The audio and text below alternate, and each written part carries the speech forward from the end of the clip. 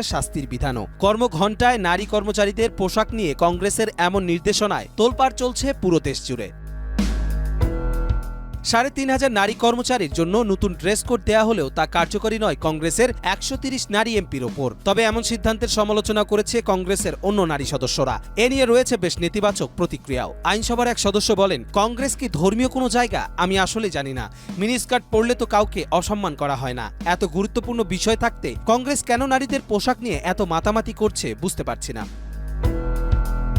নারীদের পোশাক সম্পর্কিত কংগ্রেসের সিদ্ধান্তে মিশ্র প্রতিক্রিয়া জানিয়েছে পেরুর নারীরা। একজন বলেন, কংগ্রেসের মতো দেশের গুরুত্বপূর্ণ প্রতিষ্ঠান থেকে নারীদের পোশাক নিয়ে এমন নির্দেশনা পুরুষতান্ত্রিক মন মানসিকতার বহিঃপ্রকাশ ছাড়া আর কিছুই না। অপরদিকে এক নারী কংগ্রেসের সিদ্ধান্তকে সাধুবাদ জানিয়েছেন। তিনি বলেন, মিনিস্কার্ট ব্যানের সিদ্ধান্তকে সমর্থন করি। আমাদের বুঝতে হবে এটি একটি রাষ্ট্রীয় প্রতিষ্ঠান। অন্য যে কোনো প্রতিষ্ঠানে নিজের ইচ্ছে মতো পোশাক পরা গেলেও পার্লামেন্টের পরিবেশ আলাদা। মিনিস্কার্ট খোলামেলা পোশাক।